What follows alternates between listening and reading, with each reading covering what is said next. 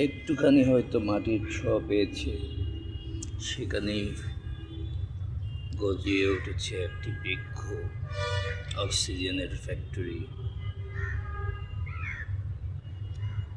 এই ছাদে যদি 1000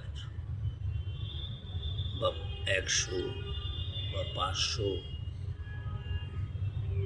লেবু গাছের চারা, পেয়ারা গাছের চারা, বড়ই গাছের চারা যদি রোপণ করা হয়, কিছু গোলাপ, রজনীগন্ধা,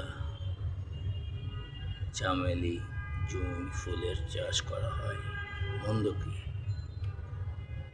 একটু সদিচ্ছার দরকার, একটু সৎ চিন্তার দরকার।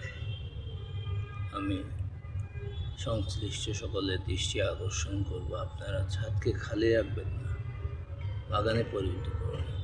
ইদানিং প্রচলন হয়েছে ছাদ বাগানের, আমি সেদিকে ভ্রুক্ষেপ করছি, আপনাদের দৃষ্টি আকর্ষণ করার চেষ্টা করছি। ছাদ বাগান করে অনেকে পরিচিতি পাচ্ছেন, প্রতিষ্ঠিত হচ্ছেন, পুরস্কার জিতছেন, এটা ভিন্ন বিষয়। পুরস্কার জেতার উদ্দেশ্যে ভালো কাজ, এটা হচ্ছে প্রতিদানের বিষয়। আমি বলতে চাচ্ছি নিঃস্বার্থভাবে পরস্বার্থে, সাধারণের স্বার্থে, প্রকৃতির স্বার্থে, দেশের স্বার্থে, বিশ্বের স্বার্থে, নিঃস্বার্থভাবে সামাজিক দায়বদ্ধতা থেকে সবাই এগিয়ে আসুন। সবাই ছাদকে খালি রাখবেন না, আসুন ছাদ বাগান করি।